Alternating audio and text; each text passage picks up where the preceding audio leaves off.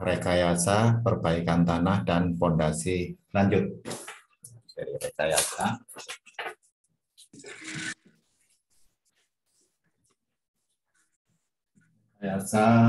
perbaikan tanah.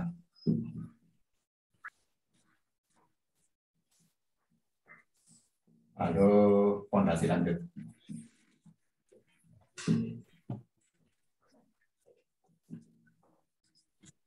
Ini hanya 2 SKS.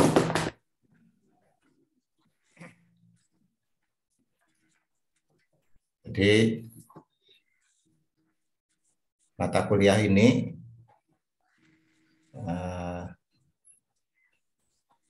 dulunya merupakan gabungan 2 mata kuliah ini.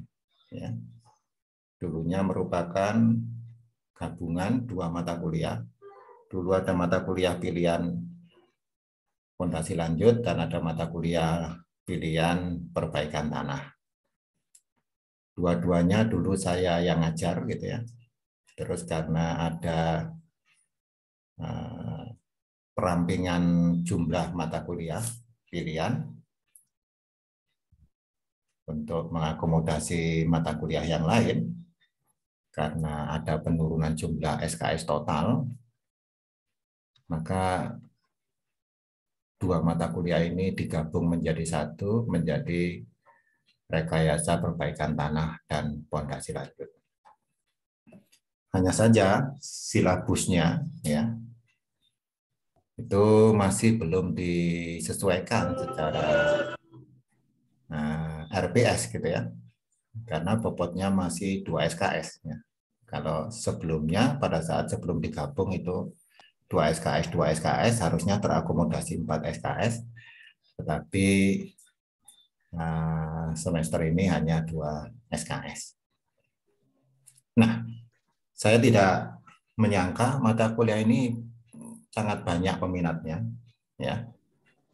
Jadi untuk semester ini ada 2 kelas yang saya akomodasi, yang saya ampu, yaitu kelas A dan kelas B. Padahal ini mata kuliah pilihan ya.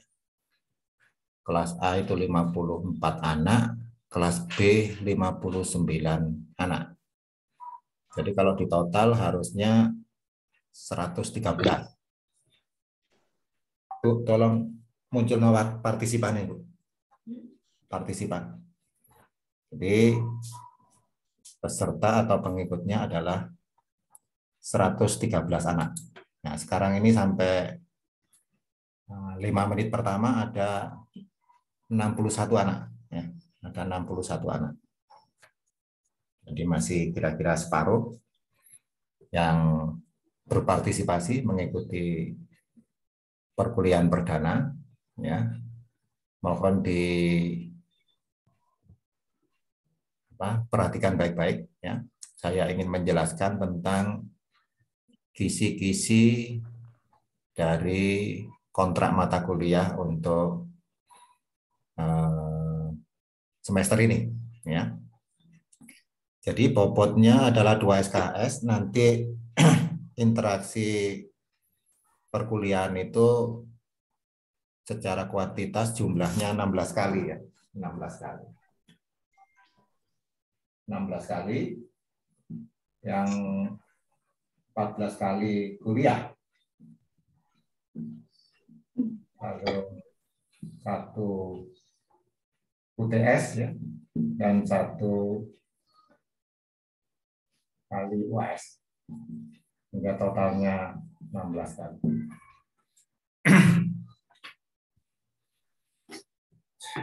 Jadi seperti ini. Lalu untuk materi ya, untuk materi substansi materi sesuai dengan judul mata kuliah ini ya.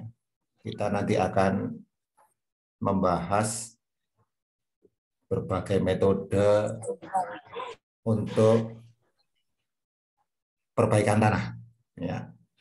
Jadi berbagai metode untuk perbaikan tanah. Ya, kita sudah tahu kalau saya ngajar fondasi adalah tidak ada infrastruktur teknik sipil yang tidak bersentuhan dengan tanah. Sehingga tanah itu merupakan tempat dan material utama pada saat kita melakukan pembangunan, ya. Pada saat kita melakukan pembangunan, berbagai macam bentuk infrastruktur teknis sipil selalu akan berhubungan dengan tanah. Nah, tentunya tanah yang ada di lapangan itu bervariasi, ya. Ada tanah yang baik, ada tanah yang sedang, ada tanah yang jelek, ya. Tanah yang baik di sini ditinjau dari teknik sipil adalah tanah yang keras, ya, tanah yang kuat, atau tanah yang mempunyai daya dukung yang tinggi, sehingga struktur bangunan atasnya akan stabil dan aman apabila tertumpu pada tanah yang baik dan keras. Sedangkan tanah yang medium atau tanah yang tengah-tengah gitu ya, itu ya berada di antara tanah yang keras dengan tanah yang lunak. Nah, sedangkan tanah yang lunak, ya, itu adalah satu lapisan tanah di mana daya dukungnya sangat rendah gitu ya. Daya dukungnya sangat rendah, ya. Kualitas kekuatannya rendah, ya. Tetapi kadang-kadang kita tidak bisa memilih, ya, karena kebutuhan, ya, karena sudah dipertimbangkan lokasi, ya, dan lain sebagainya, maka seringkali infrastruktur kita itu harus bersinggungan atau tertumpu pada tanah yang jelek atau tanah yang daya dukungnya rendah, sehingga perlu dilakukan usaha-usaha perbaikan tanah, ya. Sehingga nanti muncullah mata kuliah teknik perbaikan tanah, ya, yang tentunya akan membahas berbagai macam hal atau metode yang biasa dilakukan untuk perbaikan tanah. Apakah itu dengan pemadatan, compaction, ya, ada pemadatan laboratorium, ada pemadatan lapangan, gitu ya. Nah, pemadatan lapangan pun juga akan bermacam-macam, mulai daripada berapa kadar air yang harus kita berikan, lalu bagaimana instrumentasi peralatannya, ya, mulai dari yang skala minimal gitu ya sampai skala yang berat. Jadi mulai dari alat yang ringan sampai alat yang berat. Untuk alat, untuk spesifikasi tertentu juga berpengaruh, ya. Jenis tanahnya pasir, jenis tanahnya lempung juga menggunakan instrumentasi peralatan compaction yang berbeda. Lalu juga ada metode-metode yang lain, misalnya metode prabeban atau preloading, ya, atau pembebanan awal untuk agar lapisan tanah itu sudah mengalami konsolidasi atau mengalami pemampatan, sehingga nanti pada saat struktur aslinya dibangun sudah mendapatkan daya dukung yang lebih tinggi. Ya, biasanya preloading ini memerlukan waktu yang lama. Kalau secara konvensional maka harus dipercepat.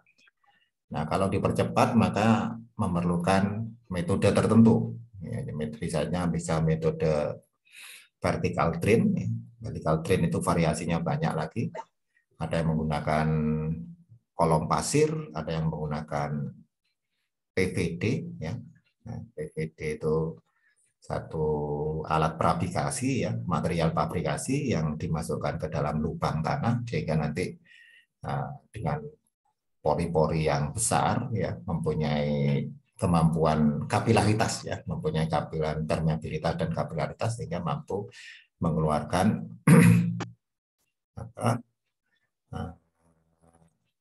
tekanan air pori, yang mengeluarkan kadar air yang ada di dalam tanah sehingga nanti tanah menjadi mengalami pemampatan dengan cepat. Ya, nanti akan kita bahas tentang berbagai macam metode.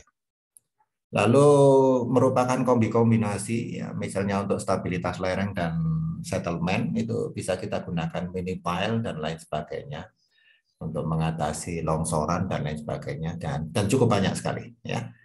Akan seolah-olah tidak ada batasnya. Kalau hanya 2 SKS itu tidak akan pernah sampai waktunya. Nah, kalau di absen, di presensi di sini, ya, ini ada beberapa kolom, ya. Nah, kolom yang paling kiri itu adalah merupakan materi yang akan disampaikan di semester ini. Jadi Anda bisa membuka websitenya UMM Sipil gitu ya. Di situ ada rencana materi kuliah ya. Jadi mulai dari pendahuluan ya, jenis-jenis pondasi dangkal ya, selain pondasi telapak sebat ya, dan jalur memanjang ya. Lalu faktor-faktor yang perlu dipertimbangkan dalam memilih jenis pondasi ini kira-kira sudah sering ya. Perencanaan pondasi plat nanti ada, lalu ada perencanaan pondasi sarang laba-laba ya. Lalu juga ada apa?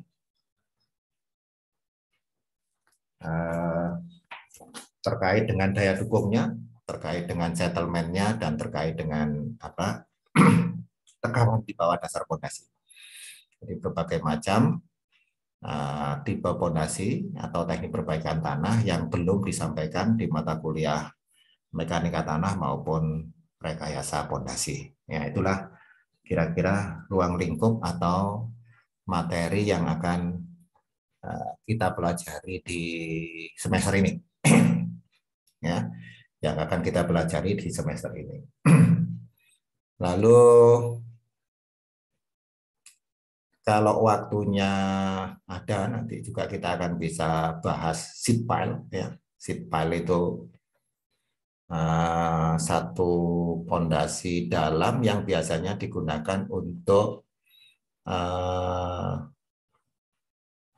melindungi ya, melindungi kelongsoran tanah ya, melindungi kelongsoran tanah. Nah, sekarang ini banyak digunakan pondasi-pondasi dalam itu tidak hanya berfungsi untuk menahan daya dukung vertikal ya. Jadi kalau untuk gedung itu kan daya dukung vertikal. Kalau untuk jembatan itu masih daya dukung vertikal. Kalau untuk apa beban-beban traffic jalan misalnya untuk perbaikan di dalam tanah misalnya untuk meningkatkan daya dukung itu masih menggunakan daya dukung vertikal. Tapi apabila sudah untuk mengatasi stabilitas longsoran ya, stabilitas lereng atau misalnya juga di tepi-tepi laut atau dermaga itu biasanya gaya horizontalnya lebih dominan dibandingkan gaya vertikalnya. Sehingga nanti ada tiang panjang maupun tiang bor atau second pile itu ya yang difungsikan untuk mengatasi beban lateral atau lateral load ya atau lateral load. Jadi bisa jadi kita nanti akan bahas turap, bisa jadi turap. Akan kita bahas seat pile ya. Nah, dalam arti di sini untuk mengatasi lateral load, beban lateral ya, lateral load, beban lateral, atau kalau kita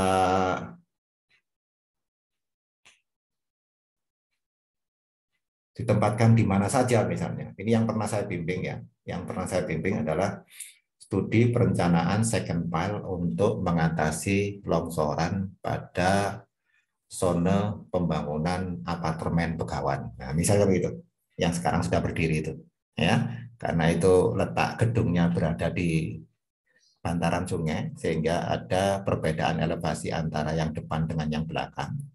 Maka ada beberapa titik tertentu ya di belakang gedung yang dekat dengan bantaran sungai itu harus diperkuat dengan second pile ya supaya tidak mengalami kelongsoran atau Lalu studi perencanaan underpass gitu ya, underpass dengan menggunakan second pile. Underpass yang ada di Singosari ya, persilangan akibat adanya pembukaan jalan tol baru ya, sehingga di situ harus ada konflik antara traffic jalur tertentu ya, sehingga harus ada yang dilewatkan bawah dan harus ada yang dilewatkan atas ya. Yang dilewatkan bawah bisa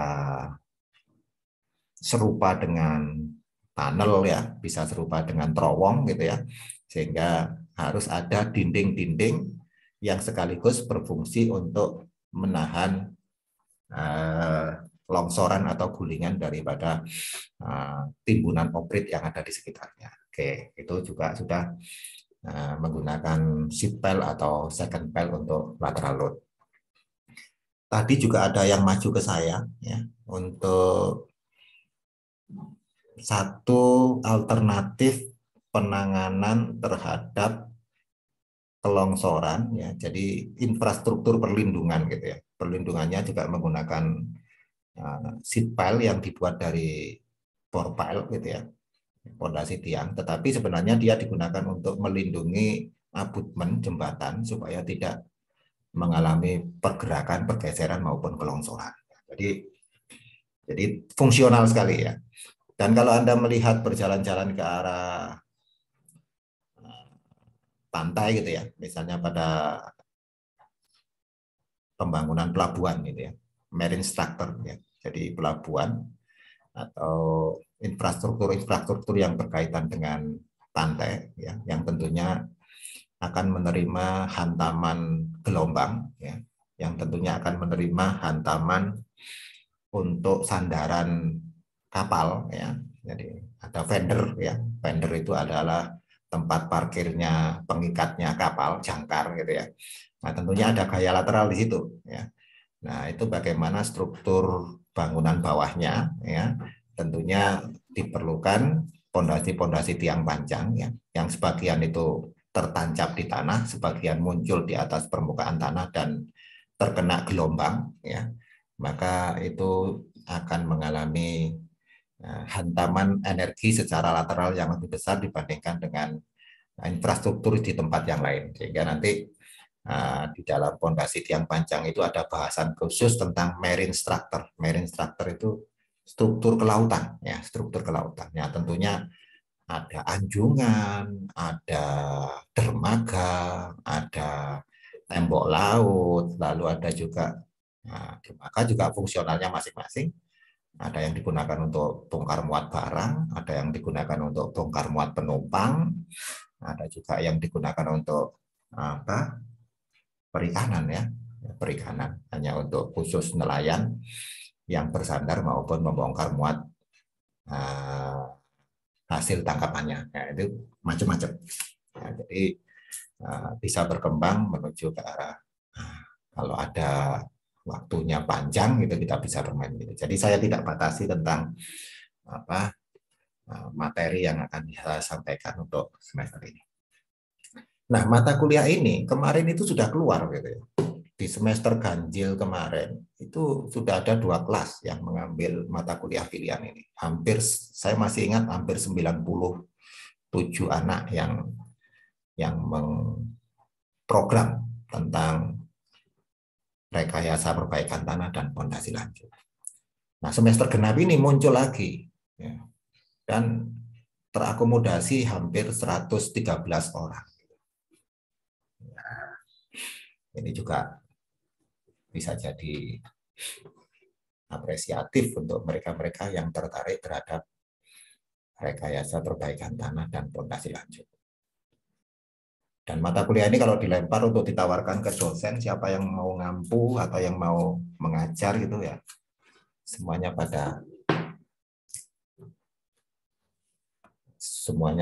nggak mau, artinya sudah terbiasa dengan mata kuliahnya dia masing-masing. Ya, kalau saya boleh pilih, saya ingin kembali ke habitat teknik pengairan gitu ya. Tapi saya sekarang mengajar di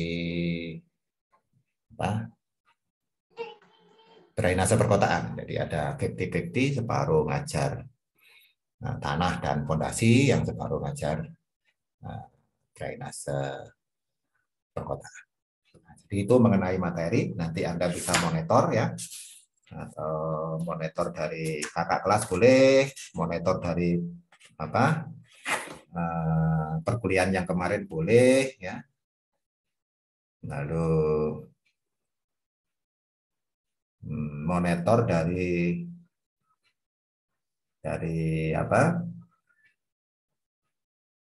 yang ada di presensi juga boleh ya, yang ada di presensi juga boleh. Tetapi yang ada di presensi itu juga sebenarnya sebagian besar saya yang membuat materi kurikulumnya ya, silabusnya, tetapi itu sebenarnya belum disesuaikan dengan alokasi yang hanya 2 SKS. Jadi masih perlu penyesuaian-penyesuaian. Tidak apa-apa sampai jalan.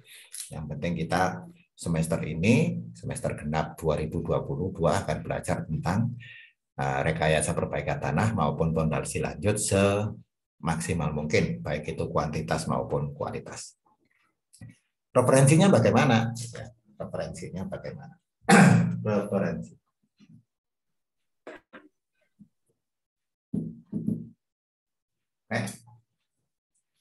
Karena ini mata kuliah pilihan dan ini ada di semester lanjut ya. Ini semester 8 gitu ya. Maka ya semua mata kuliah yang terkait dengan atau included untuk pembahasan di sini akan diperlukan ya. Jadi misalnya kalau saya bahas tentang rekayasa perbaikan tanah. Terus di situ ada bagian untuk memperbaiki tanah dengan metode compaction ya. Memperbaiki tanah dengan metode compaction itu kan berarti kita akan melakukan perbaikan tanah kepadatan di lapangan. Nah, tetapi sebelum tanah itu dipadatkan di lapangan, tanah yang akan dipadatkan nah, sehingga kita harus mengingat kembali atau belajar tentang proses pemadatan di laboratorium. Nah, Anda kan juga sudah praktikum. Berarti di sini mata kuliah Mektan akan included atau berpengaruh terhadap mata kuliah perbaikan tanah. Nah, metode pemadatan yang ada di praktikum itu kan ada 2. Yang pertama ada pemadatan standar, ada pemadatan modified. Alatnya proktor, ya. Yang ceduk berlapis-lapis itu. Lalu yang produksi daripada hasil dari praktikum itu adalah gambaran untuk mengetahui berapa kadar air optimum yang harus kita campurkan pada material tanah yang akan dipadatkan supaya mendapatkan gamma dry yang maksimum. Nah, itu kan berarti harus membuka kembali ya, harus membuka kembali buku panduan praktikum dan laporan contoh praktikum Mektan, juga harus membuka kembali tentang pelajaran mekanika tanah tentang pemadatan atau compaction. Nah, kalau hasil kepadatan di lapangan itu nanti akan menggunakan alat berat ya, dan harus dilakukan berlapis-lapis ya. Kalau alat berat itu ada unsur fibronya, ya, kan ada rodanya, ada pemberatnya dan lain sebagainya, itu ya. Jadi kapan digunakan alat berat ini untuk tanah jenis pasir, kapan digunakan alat berat ini untuk jenis tanah lempung. Kira-kira berapa tebal lapisan per layer? Layer itu per lapisan. Apakah 20 sentian, apakah 30 sentian, apakah 50 sentian. Lalu ada pertanyaan lagi, bagaimana kalau proses pemadatan itu telah dilakukan? Bagaimana ngeceknya? Apakah kepadatannya sudah sesuai dengan yang diinginkan? Nah, Anda harus ingat kuliah praktikum lagi yang namanya Sencon misalnya. Ya, Sencon itu adalah satu metode yang digunakan untuk mengecek kepadatan di lapangan dengan menggunakan metode lubang pasir, ya, metode lubang pasir. Nah, saya yakin kalau saya ngomong ini proktor, saya ngomong modified, saya ngomong standar, saya ngomong Sencon, saya ngomong gamma dry optimum, saya ngomong optimum moisture content, saya ngomong zero air void, saya ngomong gamma dry optimum atau gamma dry maksimum, Anda lupa-lupa ingat. Benar ya? Anda paham apa yang saya omongkan tadi? Halo? Ya, Ya. paham, Pak. Ya. Berarti apa kesimpulannya? Kesimpulannya ya Anda harus rajin membaca kembali. Benar ya? Jadi harus rajin membaca kembali.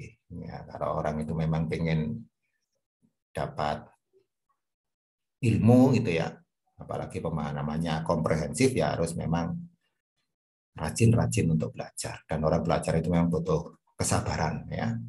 Kunci utama orang belajar itu butuh kesabaran. Mereka yang nggak sabar ya ilmunya akan lewat aja. Ya. Jangankan lewat 2-3 tahun, lewat semester yang kemarin aja udah lupa kadang-kadang. Tapi kalau mereka mengulang dan mengulang terus untuk tidak bosan-bosan belajar gitu ya, maka ya ilmunya akan menancap lebih kuat dibandingkan yang hanya sekedar gugur kewajiban aja ya. Jadi referensinya adalah semua buku yang ya, terkait dengan materi di sini ya, itu tentunya tentang soil improvement ya. Soil improvement. Ya.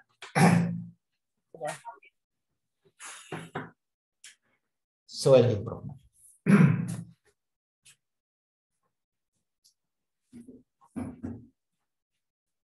Nah, satu contoh buku ini ya. Di dalam buku ini Geotechnical Engineering ya, ini di situ ada Principle and Practice of Soil Mechanics and Foundation Engineering. Cukup tebal, halamannya hampir 1000 ya. Ya. Berbahasa Inggris, dan ini ternyata karangannya India. Karangan India ya. Di bagian belakang ada bab yang membahas tentang soil improvement. Juga ada yang membahas tentang sheet pile ya. Ada yang membahas tentang sheet pile ya. Jadi kalau kamu mau pakai pile design foundation boleh, atau geotechnical ya, geotechnical engineering boleh.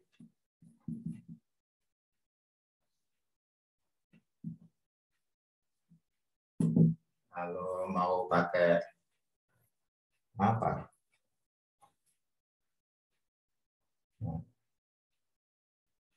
Yang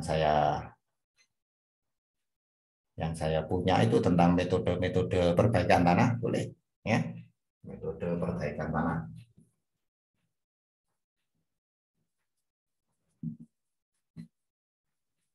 Atau kan nanti ada POLES ya, analisa dan desain fondasinya fondasi, analisa dan desain fondasi. Nah, ini POLES ya, analisa dan desain fondasi POLES. Di sini ada fondasi plat ya. Lalu nanti punyanya Sucipto itu ada KSLL. KSLL itu konstruksi sarang laba-laba. Sekarang ini 2 anak yang saya bimbing tentang konstruksi sarang laba-laba, yang satu sudah mau seminar untuk ujian, yang satu masih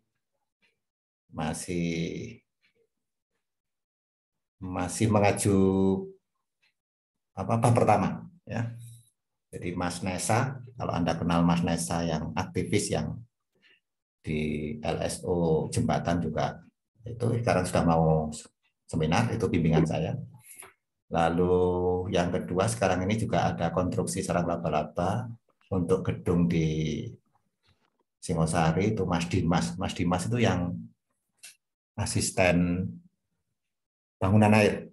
Jadi kader saya sendiri untuk saya jadikan asisten bangunan air, ternyata begitu skripsi juga ingin ikut saya, dan saya juga yang bimbing mengambil satu konstruksi sarang laba-laba yang digunakan untuk fondasi dari struktur gedung berlantai 4 kalau nggak 5. Kebetulan miliknya kantor cabang Muhammadiyah Singosari kalau nggak salah.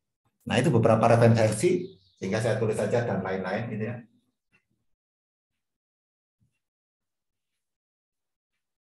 Jadi saya nggak tahu apa tingkat kehausan saudara terhadap referensi. Ya, apakah nanti saya tulis banyak pun, apakah Anda juga hunting mencari referensi gitu ya, ataukah ya Anda hanya tergantung dari tatap muka atau perkuliahan dari saya ya, catatan-catatan itu ya, atau itu Anda persempit lagi dengan hanya mencegat di evaluasi UTS maupun UAS misalnya, ya semuanya tergantung Anda sendiri. Ya. Ya, tapi yang jelas yang namanya referensi atau pustaka sekarang itu banyak sekali. Ya. Begitu Anda ketik soil improvement gitu ya, ya Google gitu atau YouTube itu juga sudah akan menjawab, ya sudah akan menjawab apa yang Anda ketik gitu, sehingga Anda bisa mendapatkan informasi tentang soil improvement. Begitu Anda ketik file design foundation, gitu ya, maka di situ Anda akan ditawarkan berbagai macam buku tentang file design foundation dari berbagai negara maupun berbagai pengarang yang bisa Anda gunakan salah satu atau semuanya untuk bahan referensi. Begitu Anda ngetik geotechnical engineering gitu ya, ya sama juga dan yang sebagainya. Jadi mengenai pustaka maupun referensi, ya semua yang terkait dengan materi di dalam rekayasa perbaikan tanah dan pondasi satelit bisa digunakan. Oke. Lalu yang terakhir tentang evaluasi. Evaluasi sama, karena Anda sudah sering ketemu saya, ini semester 8 berarti sudah sering kali ketemu saya. Jadi kalau Pak Ernawan mengevaluasi itu selalu ada beberapa indikator atau parameter yang diukur ya. Sama seperti yang lain. Yang pertama ya presensi, ya, yang kedua juga tugas maupun PR, yang ketiga jelas UTS, yang keempat adalah. Nah, sehingga di sini jangan sampai kosong poin-poin ini ya. Ya. Jadi jangan sampai kosong poin-poin ini. Presensinya ya sepertujuh presensinya. Jadi presensi 1, tugas 1, UTS 2, UAS 3. Ini 1, 2. Jadi kalau presensi ya 1 presensi ditambah 1 tugas ditambah 2 UTS ditambah 3 UAS dibagi dengan 7. Ini nilai akhir. Ya. Jadi kalau begitu presensinya berapa, Pak? Ya, kalau mau ngitung persen ya gampang. 1 dibagi 7 kali 100%. Ya kira-kira 14%. Tugasnya berapa, Pak? Ya kira-kira 14%. UTS-nya berapa, Pak? Ya 2/7 kan berarti sama dengan 20 bagi 7. Kalau 21 bagi 7 kan 3. Ya, berarti 30. Ya. Kalau 20 ya kira-kira ya 29 lah. Jadi UTS-nya kira-kira 29 sampai 30%. UAS-nya berapa? UAS-nya kan 3/7. 3/7 berarti 30 bagi 7. 30 bagi 7 sama dengan 4. 4 kali 7, 28. Sisa 2. 2 dibagi 7 sama dengan 3. Jadi kira-kira 43%. Jadi 14% presensi, 14% tugas, 29% UTS, dan 43% UAS. Jadi sudah begitu skor-skor presensi, skor tugas, skor UTS sudah saya masukkan, nanti nilai akhir akan keluar dengan sendirinya. Jadi ini ya yang bisa saya sampaikan untuk perkuliahan perdana yang berupa kontrak kuliah. Kalau mata kuliah ini masih menggunakan daring, ya, jadi kuliah di dalam jaringan, ya, kuliah di dalam jaringan, maka saya akan menggunakan jadwal yang tetap, yaitu hari Kamis, ya, jam 1, ya, jam 1 tepat kita mulai, nanti selesai kira-kira ya jam 3 lah, ya, bisa 90 menit, bisa 100 menit, bisa 120 menit, jadi tidak terlalu kaku karena jam ke 6, 7, 8, 9 kalau saya juga jam saya, karena ini kan saya gabung ya. Jadi saya gabung antara kelas A dan kelas B supaya efektif dan efisien gitu ya. Tapi jika Anda ya, sebagian maupun semuanya ingin melakukan kontak secara langsung, ya tinggal koordinasikan aja, ya. Kita bisa sanggup untuk kuliah tatap muka di kelas misalnya hari Sabtu misalnya ya. Ya, tetapi karena ada syarat dari universitas ya bisa jadi itu perwakilan gitu ya. Perwakilan misalnya hari Sabtu ada sebagian Anda ingin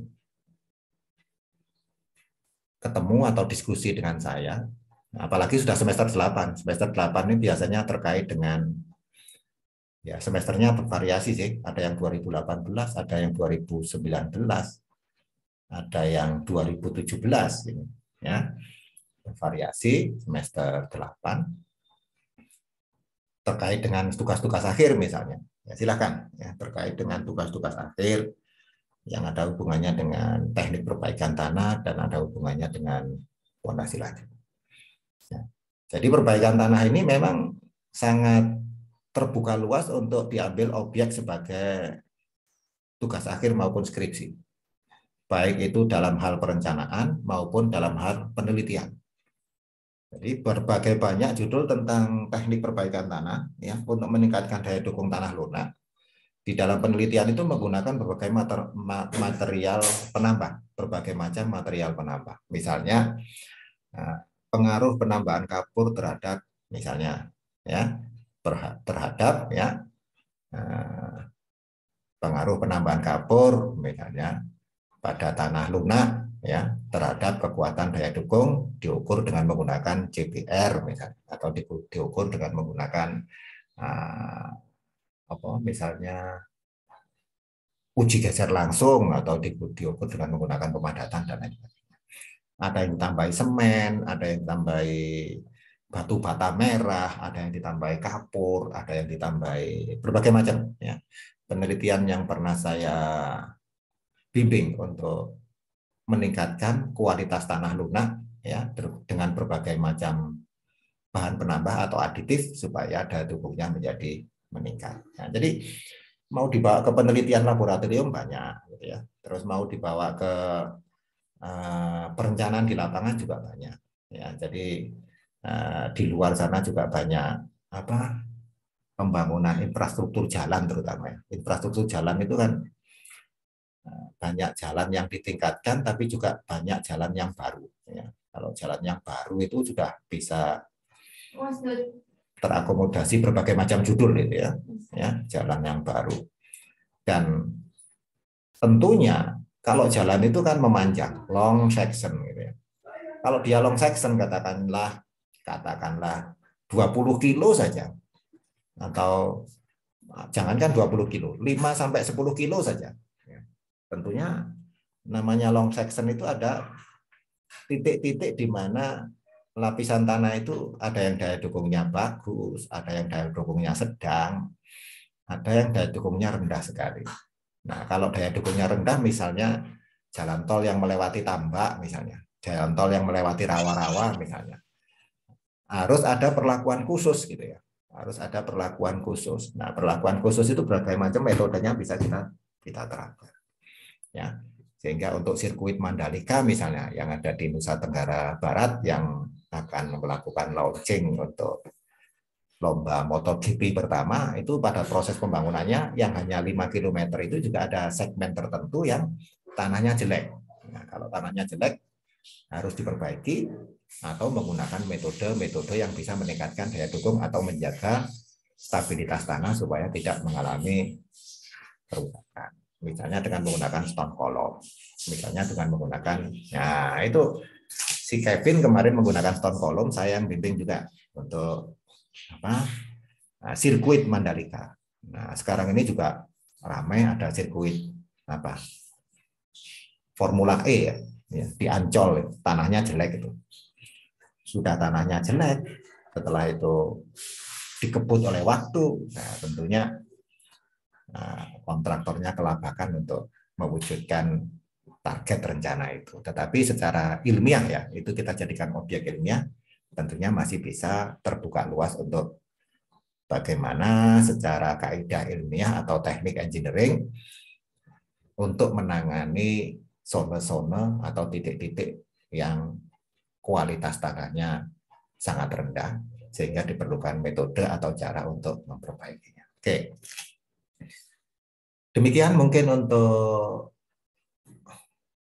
kuliah perdana yang bisa saya sampaikan hari ini. Mungkin ada beberapa hal yang ingin ditanyakan.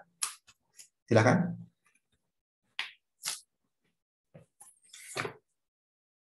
Halo.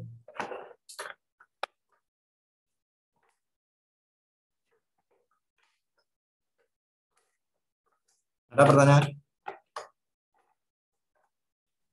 Belum. Ada? Ada, Pak. Oke, kalau belum ada saya absen ya. Untuk disiplin aja ini.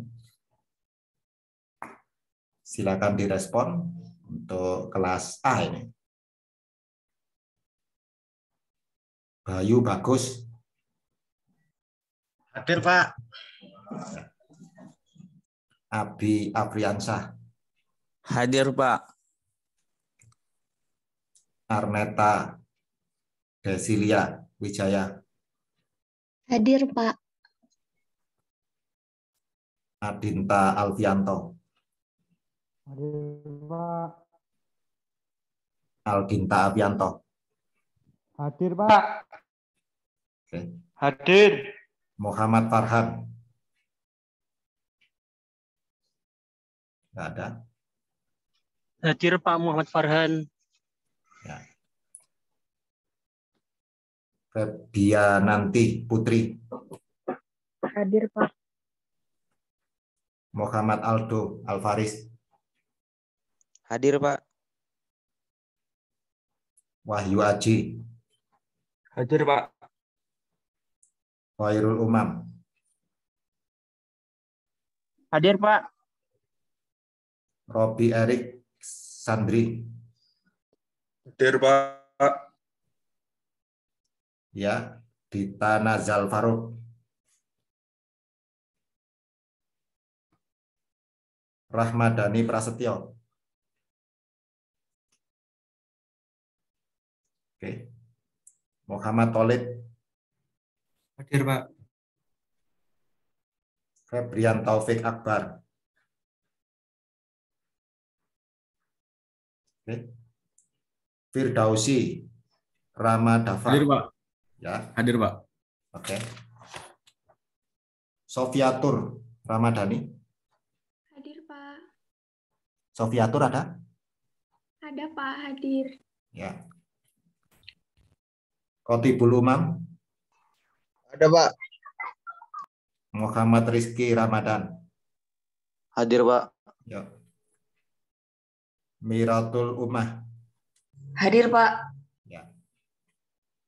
Muhammad Yusuf Erjito. Ya. Amalia Febriani Putri. Hadir, Pak. Oke. Ahmad Fatih Fawaz. Hadir, Pak. Ya. Muhammad Al-Gebrisco Ramadhani. Hadir Pak. Ya. Siti Nur Aisyah. Hadir, Pak. Fatkur Rizky. Hadir, Pak. Ya. Adli Muhammad Hanif. Hadir, Pak. Ya. Sailendra Sukma Sutaji. Hadir, Pak. Oke. M. Rainaldi Setiawan. Oke. Hadir, Pak. Ada ya. Rainaldo Setiawan. Hadir, Pak. Oh, ini yang kembar itu. Ya, Pak. Kartika Halifah. Hadir, Pak. Oke. Lalu Muhammad Lutfi. Hadir, Pak. Fiorentika Fikrit Junior. Hadir, Pak. Taufik Sumaryanto. Hadir, Pak. Rafli Wahyudi Prakasa. Hadir, Pak. Oke. Muhammad Farhanuddin Nur Afif. Hadir, Pak. Hadir. Ya. Selsabila Mangani Putri. Hadir, Pak. Ada ya? Ada, hadir, Pak. Sandy Brian Onasis. Hadir, Pak. Sandy ada? Hadir Pak, ada. Ya. Muhammad Satria Alam Raharja. Hadir, Pak. Agung Dwi Laksono. Muhammad Gandung Prasetyo. Hadir, Pak. Ali Puji Wahyudi.